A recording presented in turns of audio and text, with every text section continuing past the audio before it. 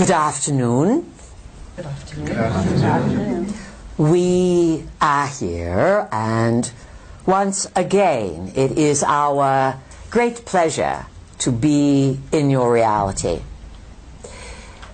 Just for the record, we'd like to start off by thanking all of you from Europe and Ireland and wherever you've come from various corners of the galaxy as well, to gather together here in the Oceanside Resort, Malahide, in the Grand Hotel, perfect name for a perfect location, just outside of Dublin, Ireland.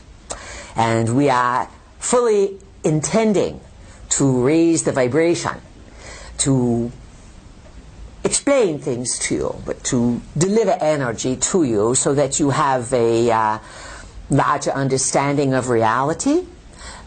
Certainly to fulfill the title of the weekend, exploring or gaining and going to new levels of consciousness. That is a given. And most important, that we inspire you to elevate and improve the human experience. And that human experience will be elevated and improved through your own personal life by the decisions that you make, the things that you decide to do, and the things that you will improve upon, and the things that you do that are not great for you that you will graciously lay aside. So, a little bit of background. The year is 2015, and the date is the weekend of the summer solstice. A magnificent time of year in the Northern Hemisphere. You are 1 day, 2 days shy from the longest day of the year. The sun moving far north, coming to the Tropic of Cancer, and creating a great disbursement of light. It affects your biology on a very deep level. And when you live in the Northern Hemisphere, the peak of light tends to activate the neural pathways, the cells of all life, of the plants, the animals, and of course you are within the animal kingdom, you are creatures as well. So you reach an excitement point. The cells within your body are very excited by the solar activity, and it is absolute perfect time to receive data and to get the bigger picture of who you are and why you are here. These are very important times. And each of you have chosen to be alive, to live on the planet, and everyone that's on the planet, 7+ billion people, they all know they are here for a reason. Some people, let's say, come for different reasons, because some people really never get too far away from the planet. And when they die, sometimes they die in confusion and they come back in confusion.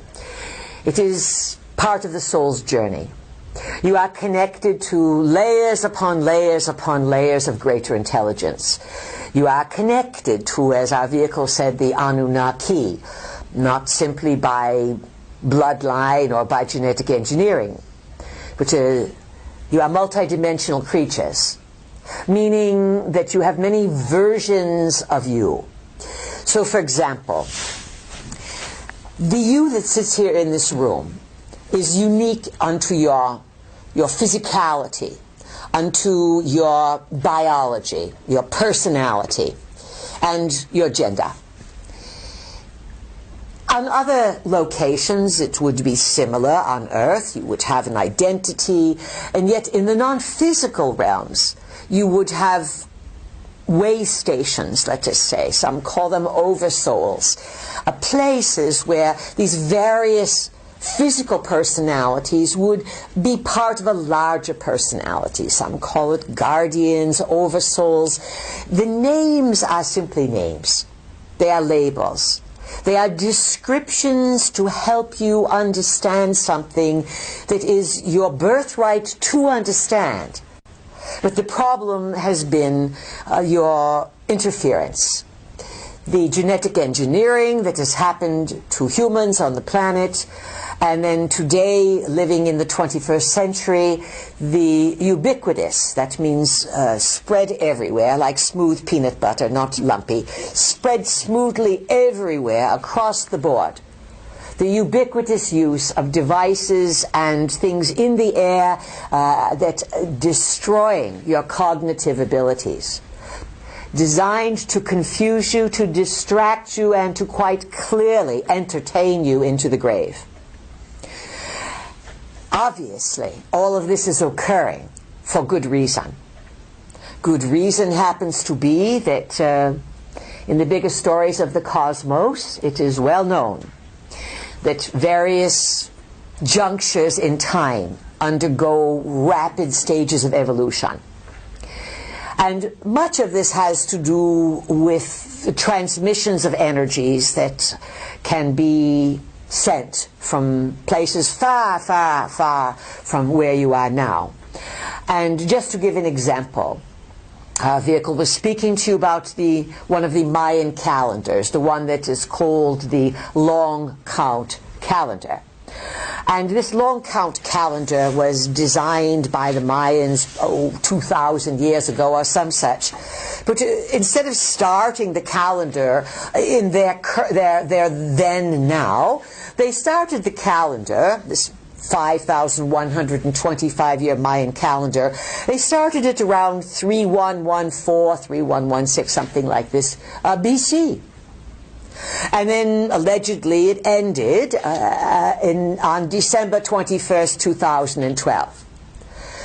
Now how could these primitivos in Mexico figure this out? Well, obviously they did not. Obviously, forces of intelligence such as we and all kinds of other beings have long been speaking through and to people on your planet. Remember this. This is so important. The European continent has been peppered with oracular centers. You have Cumae in Italy. You have Delphi in Greece. You have Siwa in Egypt. These are examples of locations where people would visit and where oracles would stay and messages were delivered. Today, messages are being delivered all over the planet from all kinds of beings, and it's a wide open game. And the Mayans were told to build a calendar to point to this particular era. And in their calendar, they pointed out that everything would start to heat up and really, really change in the year called 1987.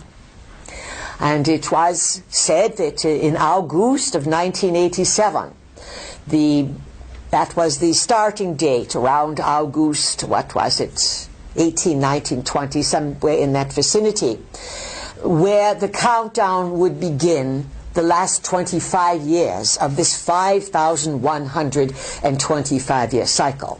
So, think in your brains, where was I in 1987?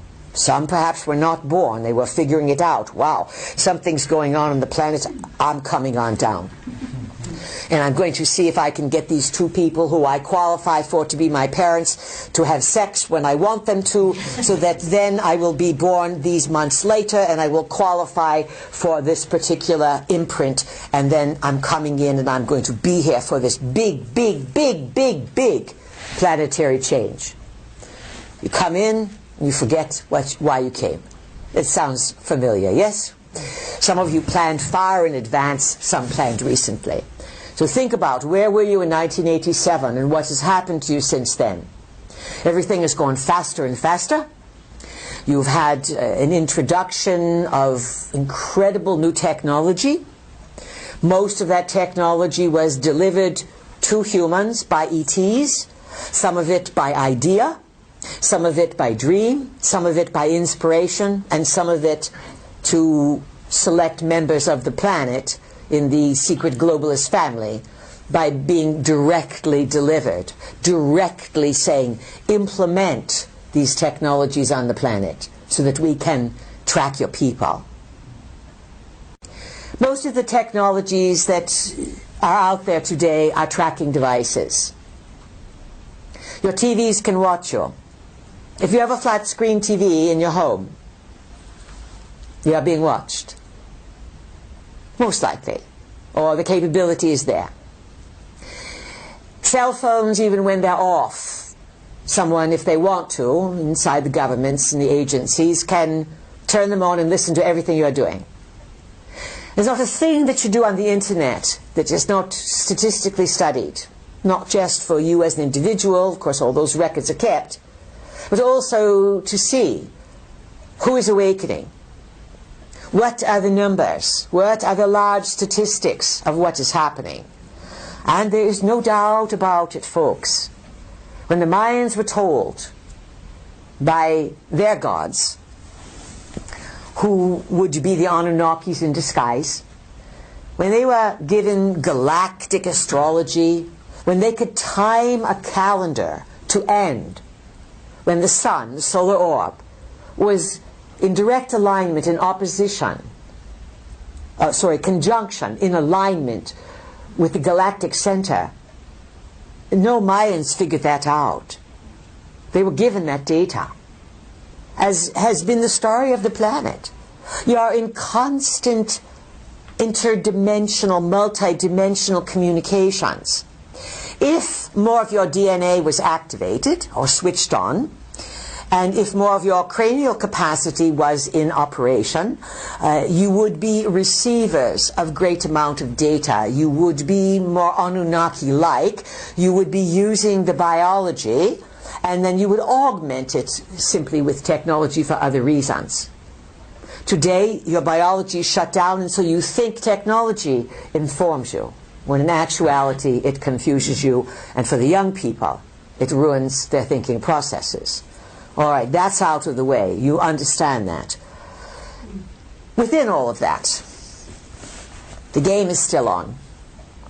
We and many, many other beings have a deep investment for our own reasons in supporting your leaps in consciousness, in supporting you to go quickly but safely and somewhat slowly from your point of view to new levels of understanding the bigger picture of reality, and being able to switch on inside and tune in to use your body as your own cosmic radio, to get your own sources. This does not mean that you are going to start channeling per se. It means that if you wonder about something and you want it, you'll be able to use your biology to get ideas, to figure things out. This is encoded within you. Our vehicle explained to you a little bit of the Anunnaki story, the Sumerian text, the cuneiform, the tablets, all of this. The records are there. They're in stone. They are etched on clay tablets. They are there. But they are what the visitors want you to believe. And these visitors can be tricky because they are trapped in their own illusions. You have heard the expression, as above, so below. We guarantee you that the confusion that is going on the planet is filtered down from the confusion that's happening among overlords in the heavens. They are fighting. There have been fights using earthbound people and tricking them and taking them into space programs that are thousands of years in advance of the science that they are teaching in 5th grade, or even high school or college physics. You are being educated, your young people, with disinformation that is so antiquated it's been old for a long, long time. And this is creating a lot of unrest, a lot of confusion, because, as our vehicle was explaining to you, there are parts within your biological being that have integrity, that want to know the truth, and that do know the truth. But the mind, the conscious mind, wants to battle with that. It doesn't understand always what's being birthed inside. And what's being birthed inside, quite simply, is something we call Enki's gift. Enki, the first son, but not the ruler of the planet, but the one with more compassion, He and his sister, she was originally called Ninma, and then she became Mommy, and then she became Nin Hersog, Lady of the Mountain. But Mommy, the original Mommy, she was an Anunnaki, a half-sister of Enlil and Enki, and both of these brothers had children with her. So there you are going to get a large incestuous type of situation. Ninma was the chief medical officer, and it was under her tutelage with Enki that all manner of biological experimentation was taking place, and these two had more compassion. Yes, they wanted to fulfill a job, but they also had compassion for what they created. And they understand that they are their creations.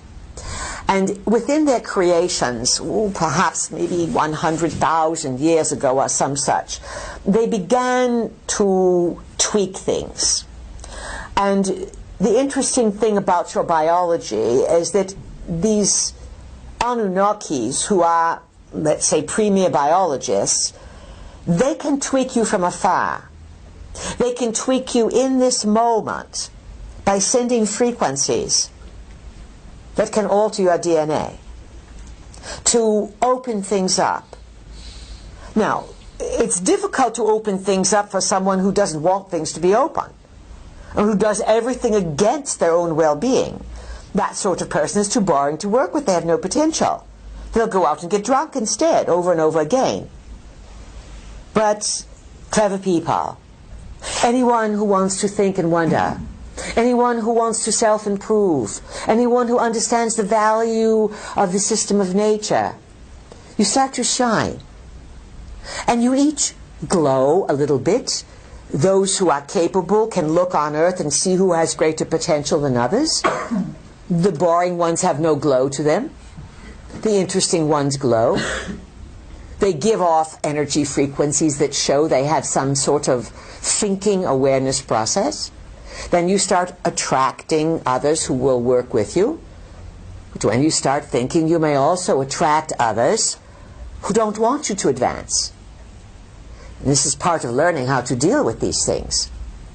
As you advance in consciousness, you may encounter forces who see that you are lighting up, and they may want to start diminishing you or harassing you from the dimensions.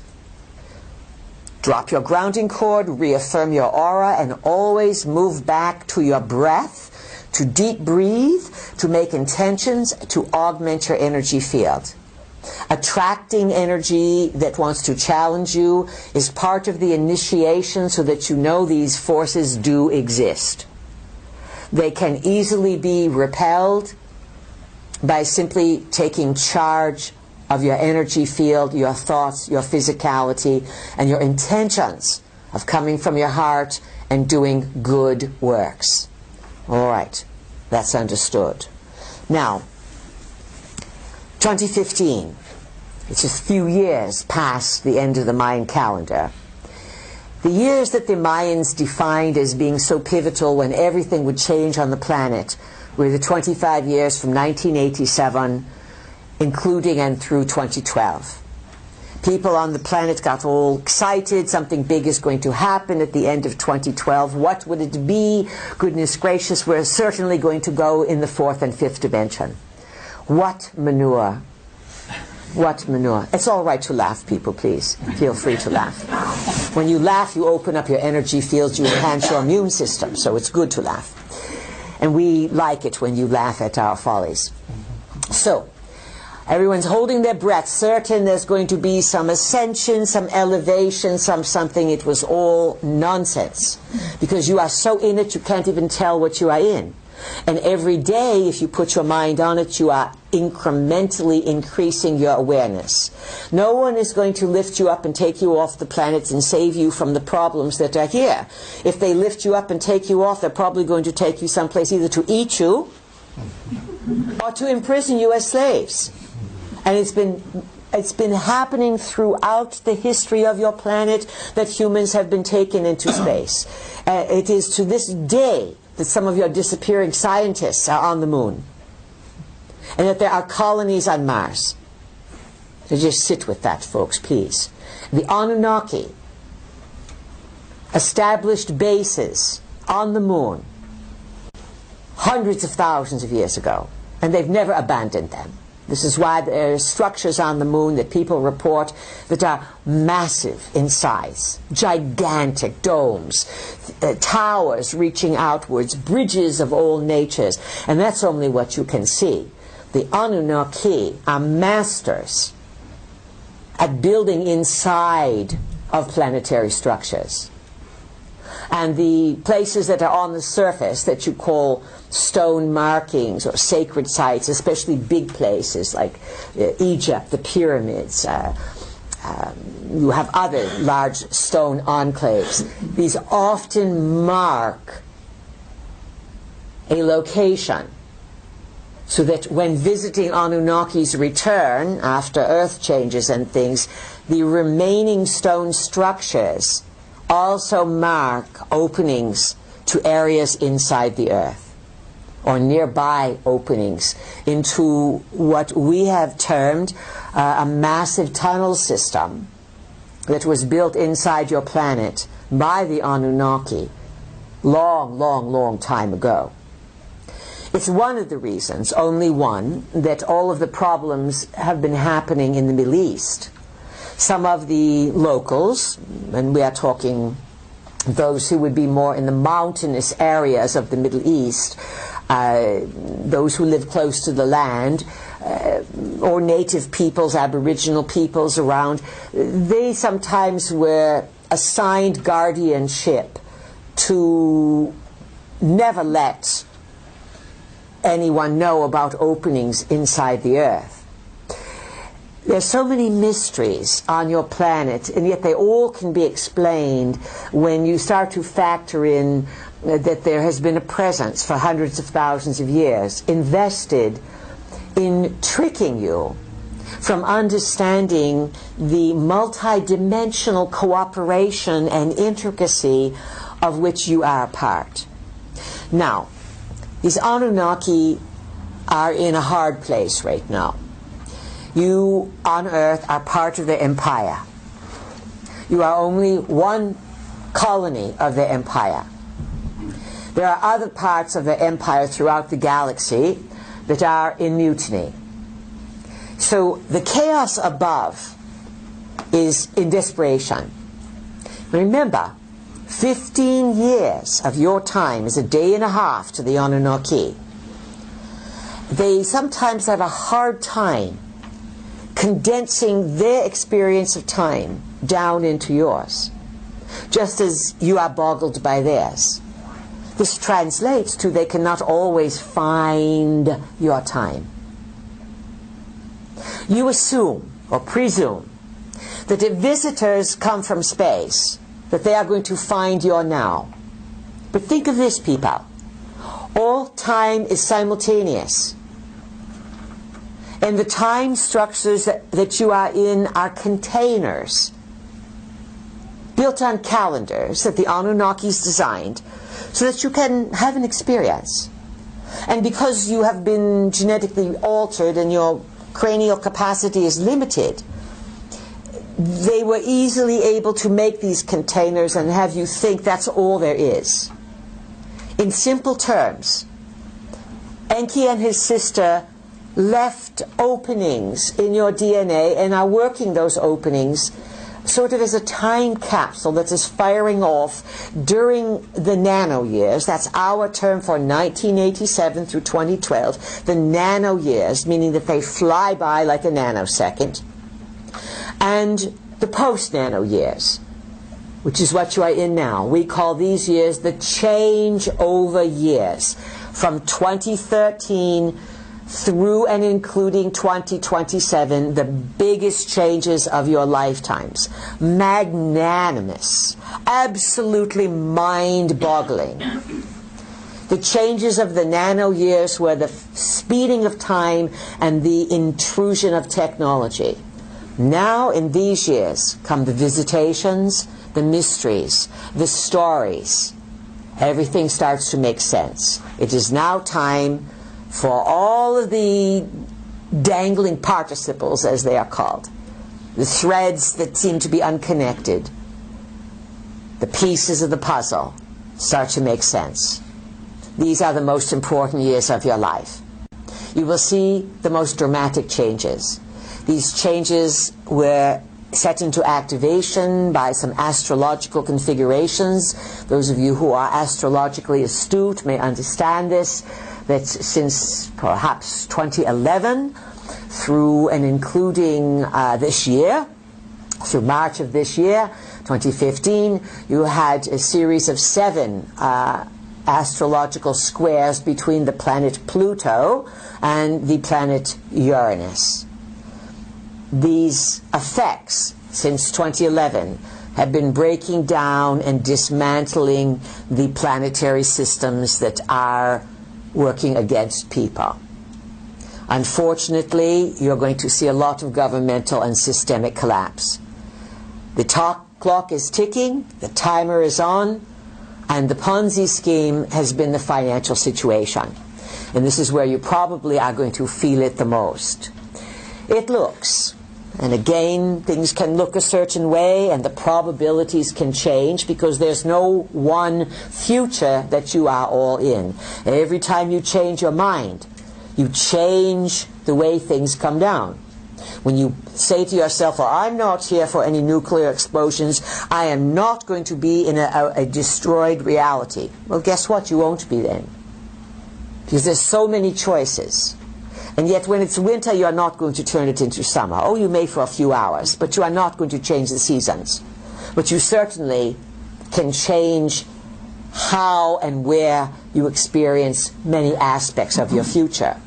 So, for example, if an economic collapse occurs, which really looks likely because all over the globe there's a lot of scuttlebutt. The Ponzi scheme has been, you've been trading pieces of paper, they're worth nothing. They used to be worth something, but now they are worth nothing because someone in the back room keeps rolling out more and they're backed not by any kind of precious gold. There's nothing valuable to back them. And your currency could be backed by diamonds, emeralds, anything. Anything it is great value could be kept in one place and then papers distributed, but that's not how it is. Now remember, any financial system knows that it's going to be the most powerful system if it is backed by gold.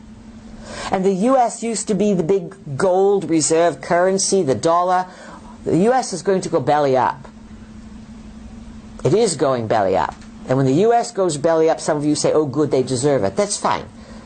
But it's going to affect the entire globe. It's going to break the back of world economy. And it looks as if it is going to be the Chinese with their renminbi and their yuan and their 30,000 tons of gold that they've just announced they have. It's going to be a huge, huge switch. The euro, of which you use here in Ireland, is in just as much trouble as the US dollar. It looks as if, friends, it's a matter of time. Because there are some things you can change, but when something is worthless, it's not going to be propped up forever. So we are giving you a big heads up. There are strong indications that the next economic collapse is probably sooner rather than later. And it's being put off because when these collapses occur, they don't suddenly catch everyone by surprise. They are planned. Because insiders pass the word and they say, oh, time to get out. We're giving you 2 months. Sell your stocks. Buy up precious metals. Put your houses on the market.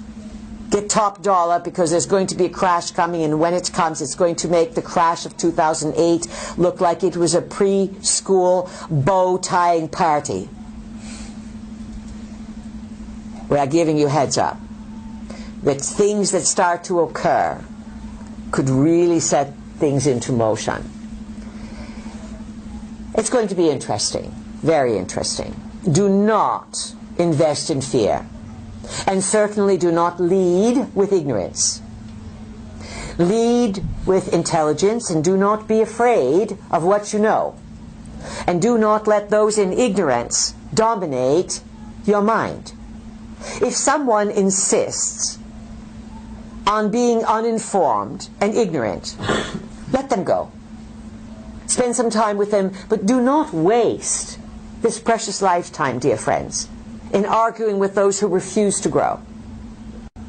Seek out greater understanding and seek out good times. You think, why, how could I have a good time if all these things are happening around the world? When you get together and you walk by the seashore, when you visit the old stone sites, when you pack up a picnic, when you get together in the pub and you cheer and you toast to activating the DNA, this is you taking charge of your lives.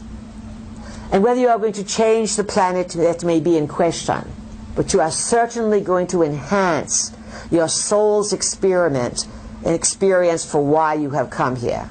And as our vehicle explained to you, you change your life. You cannot help but changing and influencing the lives of those around you. All right, that's our opening introduction. We're going to open it to questions, and we know that you have plenty.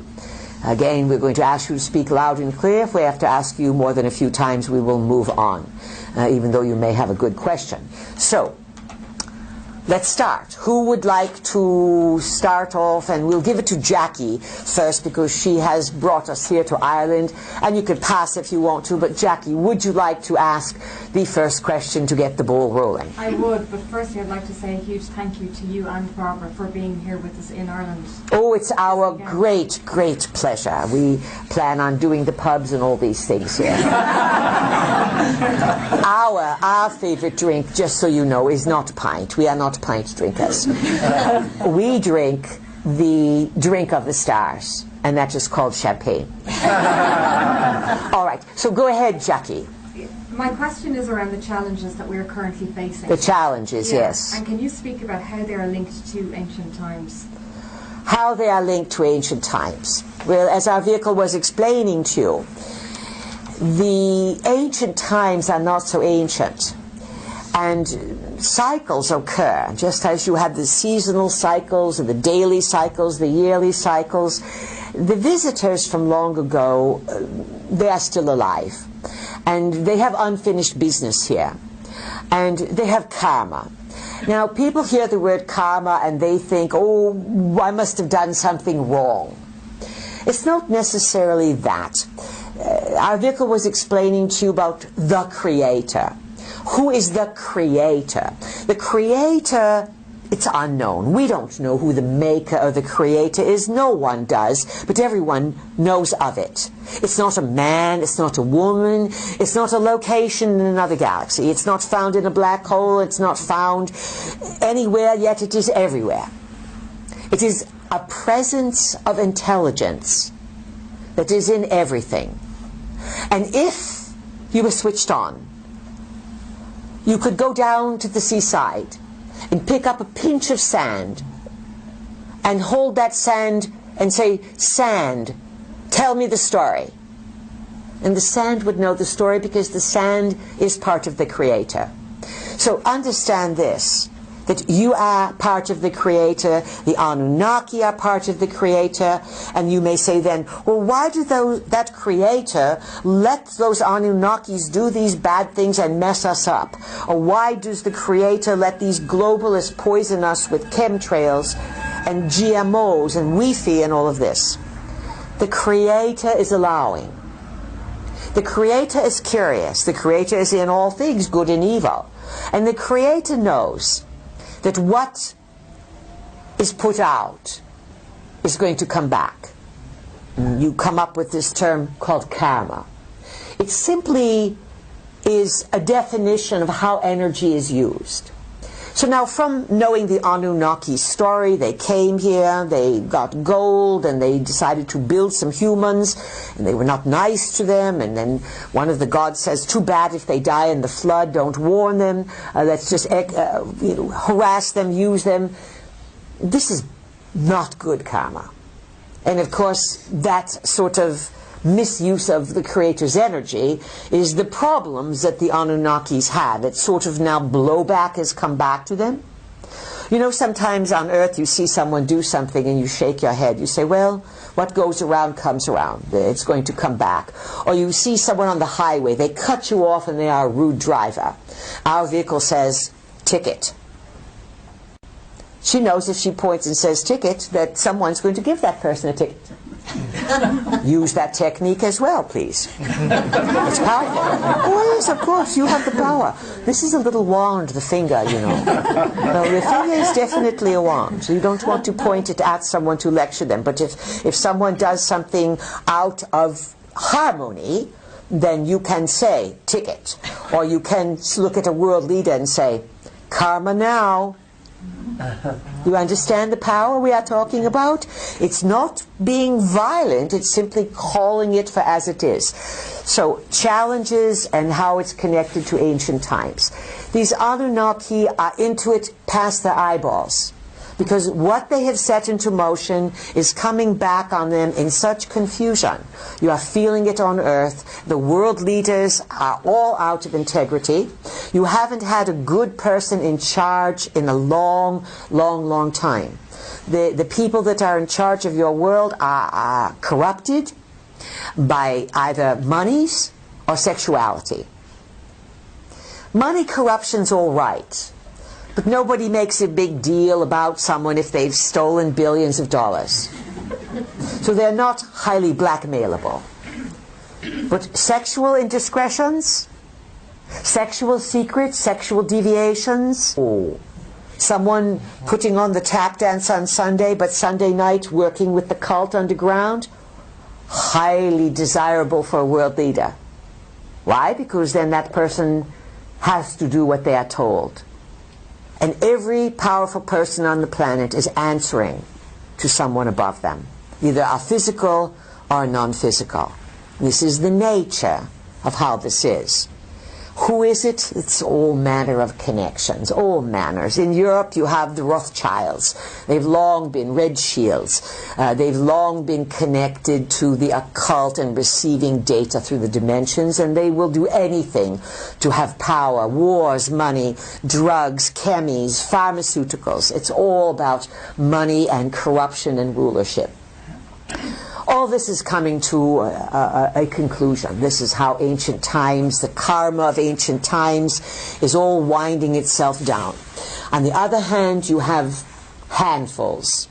That's not exactly the right term, but you have a lesser number of people on the planet who are being given inspiration and solutions. Some of these solutions are new ways to heal cancer, new ways to understand the body, new ways to switch on, new ways to reduce pollution, more effective ways to grow food, ways to reduce or to eliminate radiation. You have this control of chaos, and then you have this rising of good people, of good intention, who see, maybe don't always understand completely, but they see and they're being helped, so that all of humankind, or those interested, their experience can be elevated. So our main message is, please do not despair, and understand that what's happening from long ago is all unfolding now. By 2027, the end of the changeover years, there will be many less people on the planet. And the people that are here are going to have their eyes opened wide. And more than likely, in the next few years, or even sooner, someone, perhaps the Pope, because he is their likely candidate. You notice how humbly he dresses compared to his predecessor? Notice that he's a Jesuit. The Jesuits have always been at war with the Catholic Church. The Catholic Church has never allowed the Jesuits to gain any power, but the Jesuits are the ones who have the big observatories and telescopes, and they watch the heavens.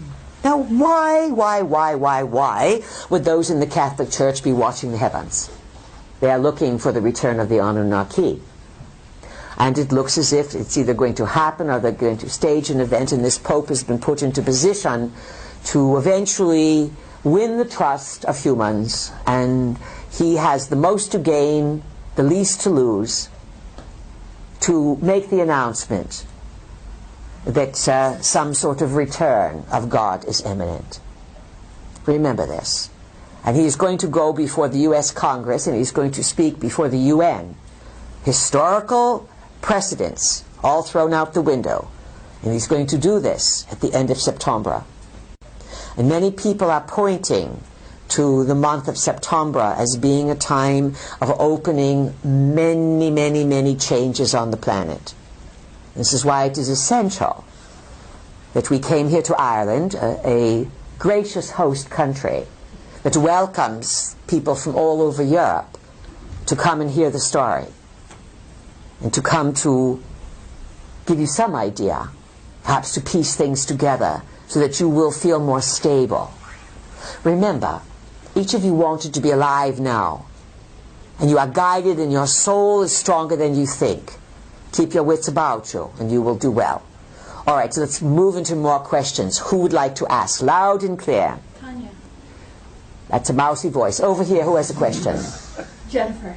Who is it? Jennifer. Jennifer, loud and clear. What's your question? Hello, please. Thank you for allowing me to speak. And I was really pleased to hear you talking about chemtrails earlier. Yes. I'm very, not personally, an awful lot of us here are very concerned about the environment, about the huge increase in geoengineering chemtrails. Now, you know that these chemtrails have been going on since the 80s. No. Since the 80s. And even to this day, we were teaching recently, talking about them, and afterwards a kind lady came up to our vehicle and she said, chemtrails, what are they? Our vehicle said, do you ever look up? She said, no, not really. You are creatures. You need to be looking at the ground and up at the sky all the time. So this is how they've been able to pull it off. Television. People stare straight ahead. So this is why people don't see it. But how do you notice? The sky starts out bright blue, and then in a short amount of time you see trails. Sometimes it is a tic-tac-toe design, a grid, and then a little while the sky is white. Two things happen. It blocks out the sun, and the sun is constantly sending you data, because data it rides the light frequencies. And the sun is an intelligent communication device. And so the sunlight actually sends you data and updates you constantly on your intelligence. And then the chemtrails block this out, and they are distributing, as people have said for a long time, barium, aluminium. Aluminium has been described as a culprit in the rapid rise of Alzheimer's disease, of which it is reaching epidemic proportions, along with autism and obesity. Well, there you have it. No one can solve all of this. And someone recently pointed out to us that there was a doctor or some such from Germany who paid to have some of the particles from chemtrails analyzed and found that they are spraying also something called Lyme disease. So now what's your question, Jennifer?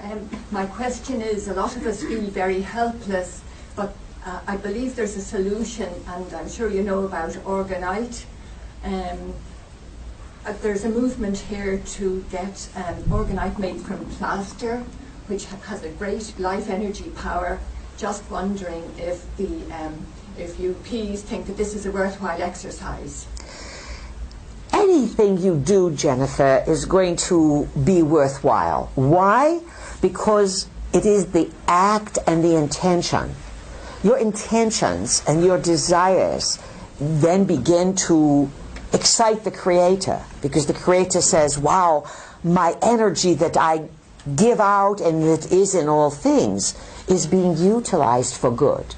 So your intentions count, but also there are people taking even bigger action. In the USA, it has recently come out that there are people who want to create, because they say these chemis are happening all over the world, they are affecting all the people of the world, and so they are wanting to create a class action suit, of course, that all the people of the world would be covered under, and to take it to the courts and go after the secret governments and the people involved in destroying the people of Earth. So it's going to happen on a lot of levels. Do you understand this? Yes. Keep doing your part. And the other thing that's so important is boost your immune system. The people that despair the most, the people who have the most problems, the people who live from day to day in poverty, have the weakest immune systems. There's no need for poverty. But if you are convinced that you are poor, then you're going to be poor. If you are convinced that perhaps you can improve and that you can attract more abundance into your life, then do so. And if you say to yourself, you know, I used to say I just have enough. I just have enough. Why do you want just enough? Words create. You can have plenty. You can say, I always have plenty. You see the difference? So the power of your words, I always have plenty, instead of I just have enough.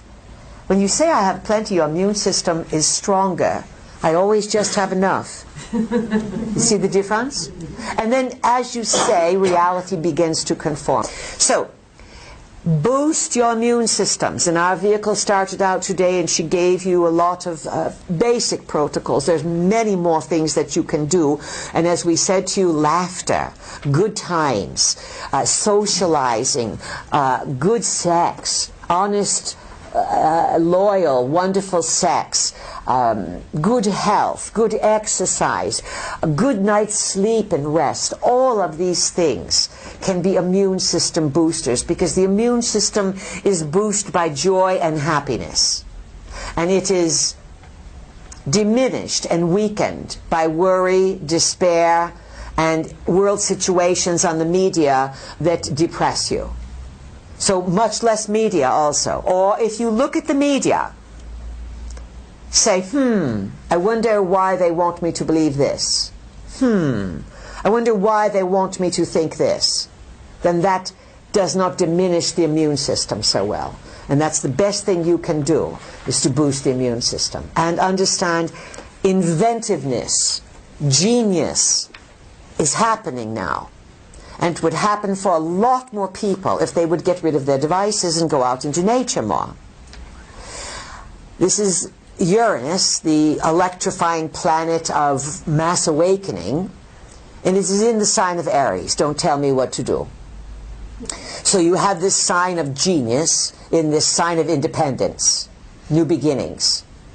It can create a lot of violence, a lot of anger. That is why you have all these people revolting and shooting and killing, and they're losing it, and they think the only way to get what they want is to destroy. Please understand, you do not have to destroy to win. You do not have to destroy to get what you want. You simply sort of build probabilities around those who want to play in that sandbox. Who has a question? On this side of the room now, loud and clear. Tanya. Tanya, welcome. How are you doing? What's your question? I've got a quote from your book. Geometry is a form of intelligence that takes place after sound.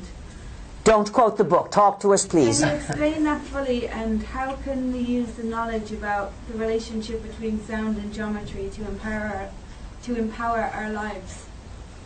Well, if you understand geometry, you can understand the dynamics of building.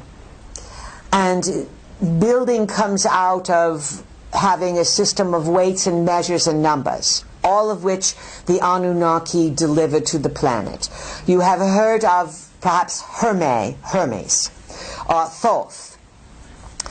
These two beings are one and the same, and they really are another name for an Anunnaki son of Enki. This is the side of the room that was Enki's family, and this is the side that was Enlil's family. Enki had a son that he named Ningishzida. That is N-I-N, then Gish, like Gilgamesh, but Gish, G-I-S-H-Z, Z-I-D-D-A. Ningishzida. He was also known as the winged serpent, beloved son of Enki, Thoth Hermes, genius extraordinaire. He builds the systems of weights and measures, builds the calendars, the time, so that civilization can develop on Earth. Many things on Earth, well, look at your buildings. You cannot have architecture if you don't understand angles. And that is geometry. And there's a lot that happens between the angles. If you go to perhaps a igloo or a dome, it's very different than in a rectangular or square building. So sound is a way of power. And here's an interesting exercise for you. We gave it to people from long ago. Or not so long ago, a few years ago. We said, Anu is the chief god in heaven. He's the one that Enlil and Enki and everyone answer to, Anu. And his name is everywhere. Everywhere, and you say his name all the time. And even people speaking other languages have his name in their language. And it is the A-N, and sometimes it is backwards, it is N-A. Some of you might right this moment look to see if you have A-N or N-A or A-N-U in your name. We gave people an assignment, and we said we want you to come up with 22 words that have An or Anu within it. And as you start looking for these words, I found this one and this one and this one, especially in the English language. January, there you have it, A-N-U. Luna, there you have it backwards. And you start understanding that as you say these words with Anu's name in them, you are constantly energizing the presence of this being, because these beings gave you language. And then there was the splitting of the languages, as you know from the Tower of Babel situation, where it appears that one of the Anunnaki wanted to overthrow the other Anunnaki and build their own missile site. He said, you think that you own heaven? We're not going to get stuck on earth. We are Anunnaki too. We are going to build our own missile center. It's going to be our Tower of Babel. We are going to build it in Babylon. I don't care about you, Enlil and Enki and Anu. This is Marduk now. And lo and behold, God said, we can't have this. We can't have this. We can't have everybody building missile sites into the heavens. They'll get up to where we are. There will be too many problems. We own heaven. You have to go through heaven according to our protocols. And we'll set those protocols up in religions, which we will not let you take your rocketry up there. Hence, we will confound the languages so that you can't figure out what we are doing. Start to make sense, folks? The power of sound, the power of words, the power of numbers. Who else has a question this side of the room? Georgiana? Who is it? Georgiana? Cannot understand you. Someone else. Loud and clear. All right, this side of the room. Who has question? Loud and clear. It's Roy here. I wish to... Who is it? Roy? Roy, yes. Loud and clear. I wish to ask what you consider the best source of information on cosmic and universal laws and laws of creation. The best source? Yes. Aren't we giving you good data? Who else has a question? This side of the room. I have a question. Yes, you are? My name is Falco, Piece. What is your name? Falco. Falco. Yes. All right, question. My question is, in all this... Can they hear you in the back of the room? In all these big cosmic events that are happening now and that you are talking about, what is really the role of the human beings? What is really the role of the human being in the midst of all of these great cosmic events? Brilliant question. You, as humans, can help heal all of this empire building by the Anunnaki that have confounded and limited the growth of many life forms. Some people say you are slaves. That is a bit of a stretch, because if you think you are not a slave. You can outmaneuver the system. Within the system, of course. You are not going to suddenly sprout wings and fly, but you have a lot of freedom to awaken. And as we said to you, Enki left something in the humans, in some humans, let's just say, that's coming around and it's being activated. And then some humans, as they wake up, can then vibrate at a new frequency. Any frequency that you vibrate at is felt by others because you are highly telepathic, whether you know it or not. You always are picking things up around other people. That is why when you're driving on the highways and there's all kinds of cars, it can be overwhelming. You get somewhere and you feel so drained. It's not just the driving, it's that you are in the anxiety and all the chaos of all the other drivers, and you are psychically picking it up. And then if you are using your cell phones and your Wi-Fi inside of cars, it's suicide. Just know this, folks. Wi-Fi is suicide. And just so that you know, this is an aside, we'll come back to Falco. There are 60,000, at least, peer-review articles talking about the danger and the destruction of humankind through cell phone technologies. So, of course, it is suicide. Now, as you really start to overcome some of these obstacles or challenges and start to use your biology, it grows. It grows and it starts to become stronger and stronger. The immune system becomes stronger and more neural networks are open. You get more ideas and you vibrate differently. And as you feel good and you feel confident and your energy field goes up and you are using your chi, so to speak, others feel it. If you have good energy, other people like to be around you. If perhaps you walk in a room and you see a whole bunch of people who are really depressed, you say, oh, wow, get me out of here. Or you may spend the afternoon with them and then afterwards feel as if someone has pulled your plug. You are all affecting each other all the time, unwittingly. As you start to wittingly affect others by smartening up yourselves and then vibrating this like your own radio station, because your thoughts go out. This is how you improve the human condition.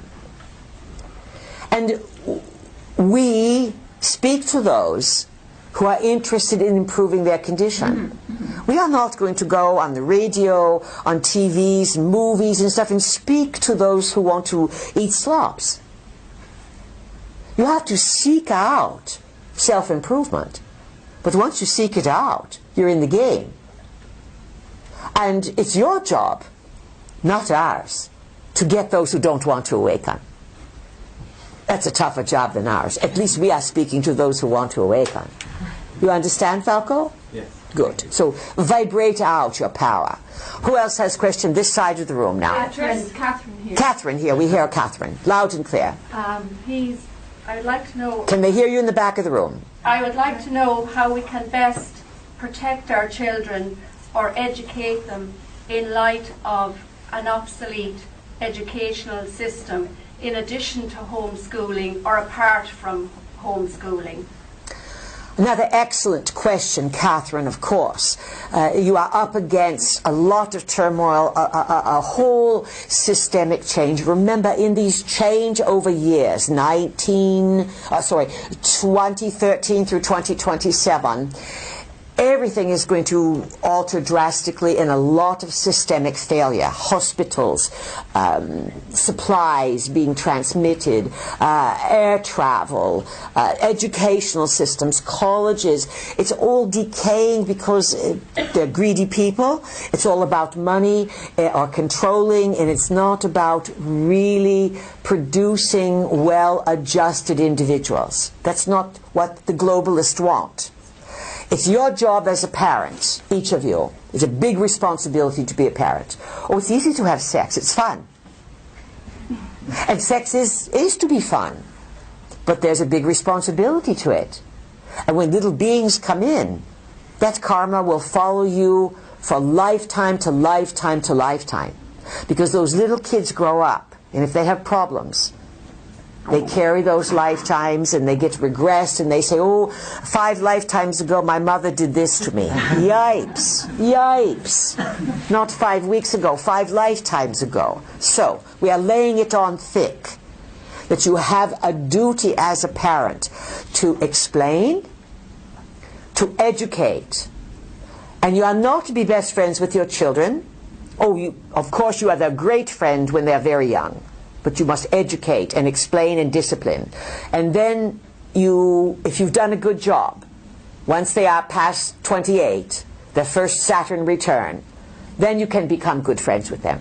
Because then it's time for you to zip it and to not dominate too much advice. The parenting days are over. You do not turn to adult until you are 28 years old. When you are a teenager, you are making the worst decisions of your life. 15 years old, you are halfway there. The hormones are crazy. They are raging. Everyone go back to 15 and think of a very bad decision they made. Yipes, right? And how long did you pay for it? Sometimes it's still there. Forgive yourself for being stupid. That's the best thing you can do. And forgive also people who have done bad things to you. It's never worthwhile to carry that resentment around with you. So back to the children, because it weakens your immune system. And you strong immune system, smart being. Now, you must educate them and do not rely on the systems.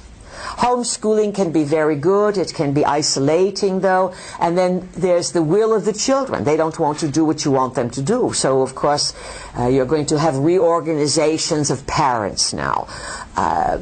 You must do your very best to hold your children completely and totally responsible for their activities.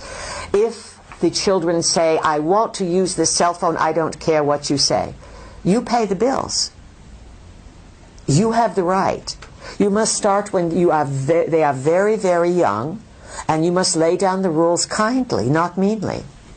And always explain and understand. You don't have to explain completely. Sometimes, no is the answer. You won't understand why anyways.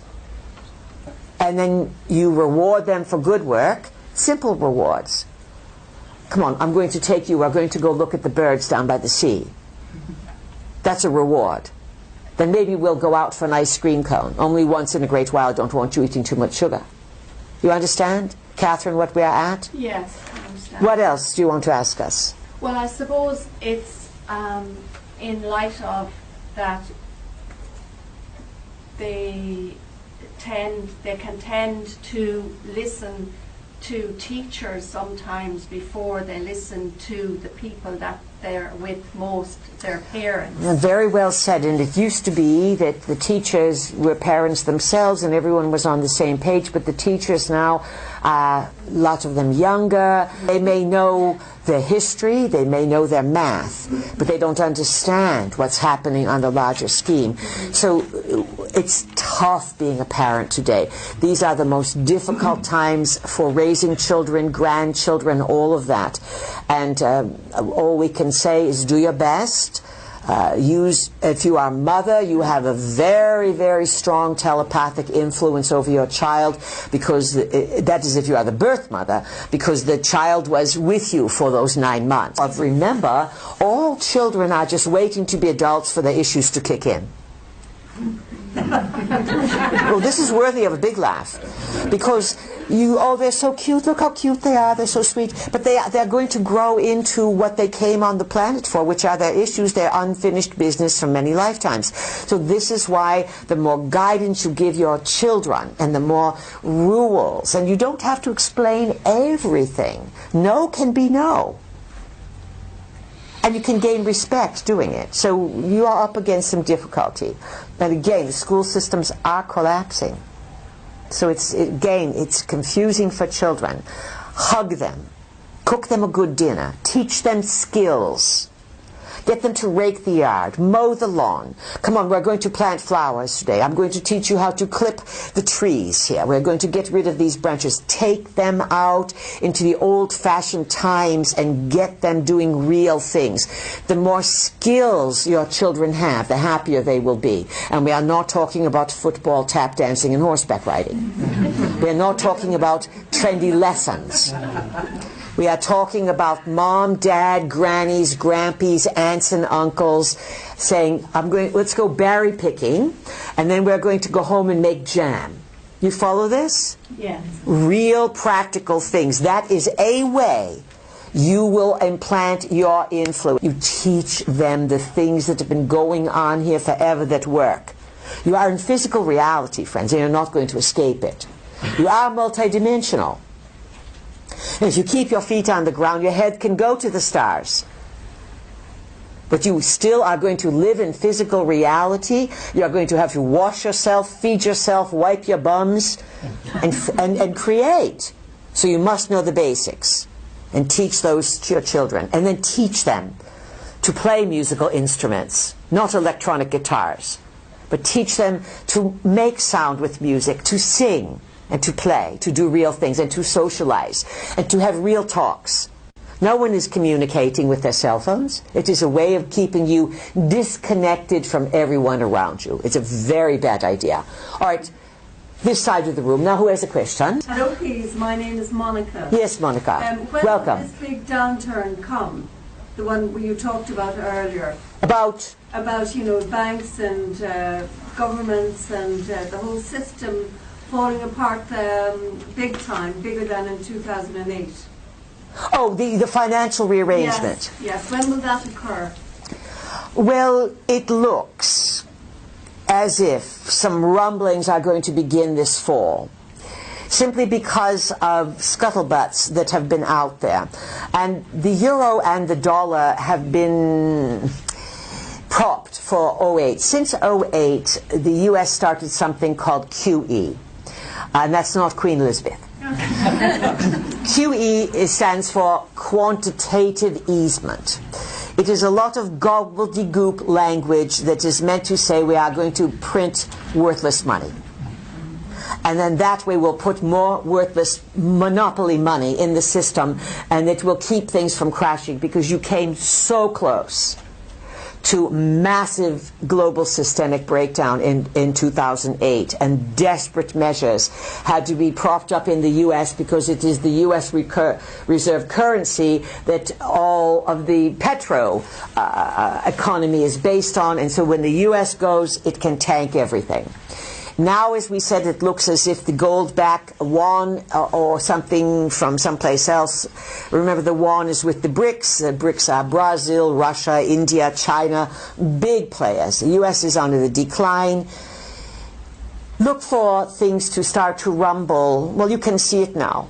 People have been pointing out that something happened in April and May. In April, the Ban Ki-moon man, you've heard of him, yes? He says to the Pope, climate change is much closer than anyone realizes. Then a few weeks later, Mr. Obama, he starts squeaking like a duck. Climate change, climate change, climate change, climate change, climate change. This is a warning. Climate change is code. Climate change's code is that it's coming down, and it's code, perhaps, for big things coming from space, perhaps return of Anunnaki. Just as nuclear is code for ET issues. You're going to have all manner of climate change this summer. You're going to hear it coming out of your ears, and you're going to have extremes in weather. And you've already had it this year. Hot when it's not supposed to be hot, cold when it's not supposed to be cold. You experience it locally, but it's happening all over the globe. Some of this is the result of weather wars, which has been around for many decades. And some of it has just been so much screwing up with the jet stream and attacking various countries, making it rain at times, making it dry, drought, snow, weather. It's all going on. And this is Earth-based. Just imagine the kind of weather control the Anunnakis have. This is starting to create disruptions everywhere. Rather than sending troops in, it's very easy to send the weather in. You see, troops have to be relocated, supply lines fed, disciplined. A drought, there it is. California, year number 4. California, they're running out of water. Buenos Aires, the faucets are dry. Brazil, it's next, running out of water. California, 4th year on the drought. The intake, the water is getting below the intake valves. California has the 6th, 7th, 10th, whatever, it's in world economy. When California goes, it goes belly up. California is going to have a real estate crisis extraordinaire. How much do you think your $5 million house is worth when no water comes out of the faucet? It's worth the same as the shack down the road that has no water faucet. Do you understand? And how long do you think it is going to take to fill up those reservoirs so there's water again in California? If it took 4 years to get here, that's a lot of water that has to come down to fill those up. So how soon, when is all this going to happen? You are in it now. You are in this turmoil that is massive. If you follow the markets, look, there's massive sell-offs. And the euro is in just as much trouble because they have also here using the quantitative easement. Printing more, and every time more is printed, what you have in your hand becomes worth less and less. So you go to the grocery store and you say, last week it seems to me this was almost €1 less. How could it go up €1 in 1 week? And if you think that's a lot, by autumn or by next year, with a lot less water in a lot of places and less food, less water in a growing area equals less food, eventually that translates to the food that is there is going to cost a lot more money. If you want to wonder who you have to feed, go to China. Go to India, where they too are experiencing turmoil, and you have over 1 billion in each country. When is it happening? Now. It's happening so slowly. You've heard of the frog that's boiled in water? Because the water gets warm so slowly that by the time the frog is feeling it, it can't hop out. You are in it, folks. That's why we are here to say you must make preparation on a practical level. You must use your intentions. And you can augment yourself with practicality. But you are probably not going to stop the engine of the economic change. Now, sometimes a bucket of manure can look like a very bad present. But if you are a gardener,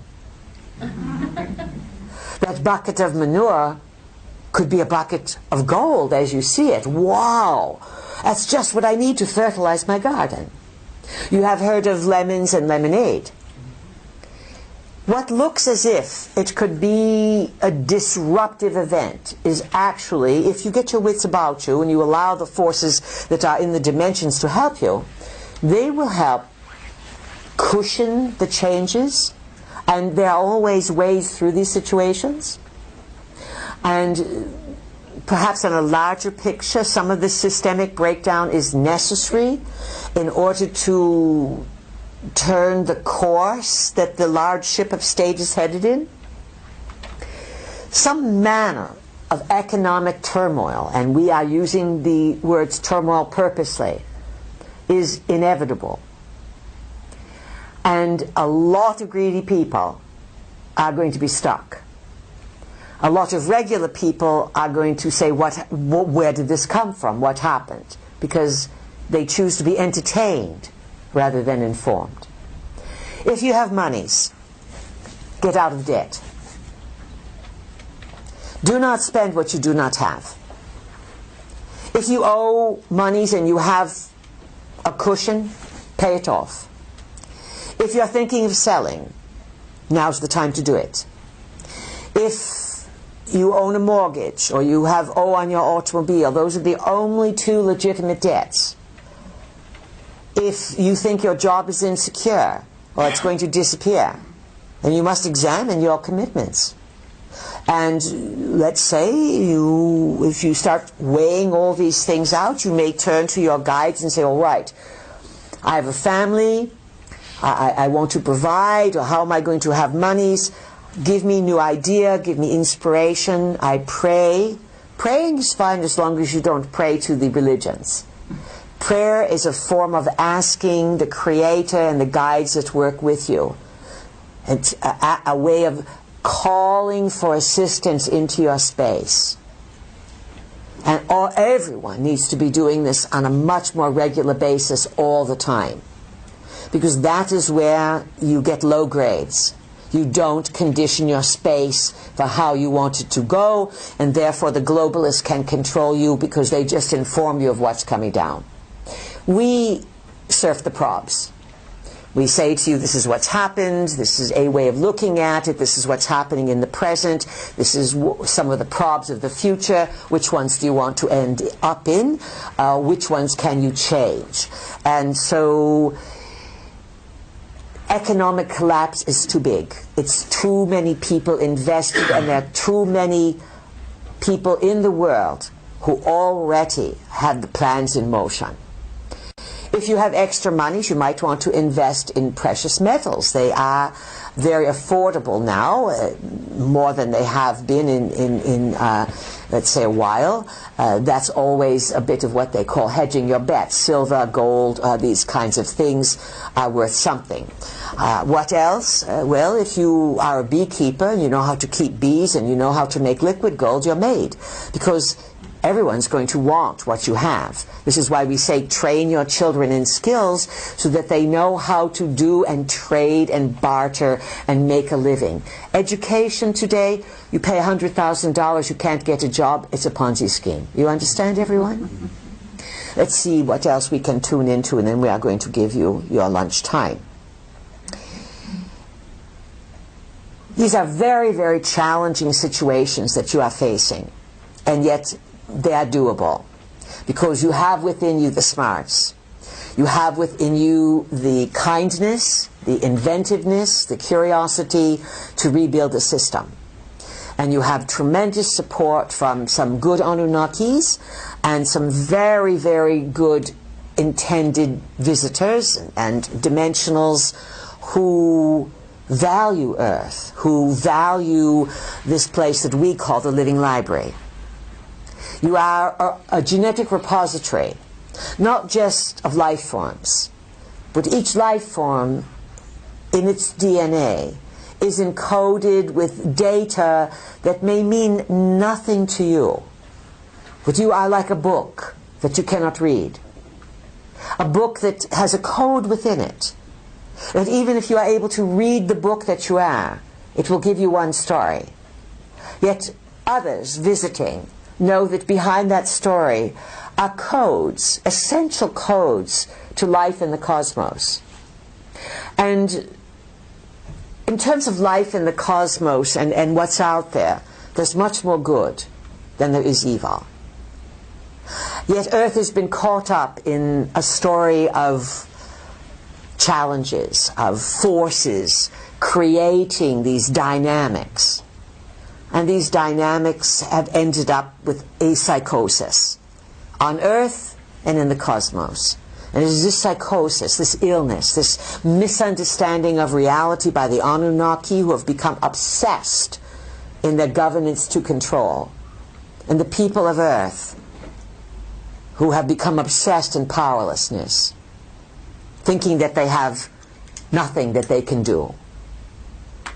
You are beings of creation, and you have more power than you can imagine. Use it, and have a good lunch hour. We'll talk to you again this afternoon. It's been our pleasure. Thank you. Thank you.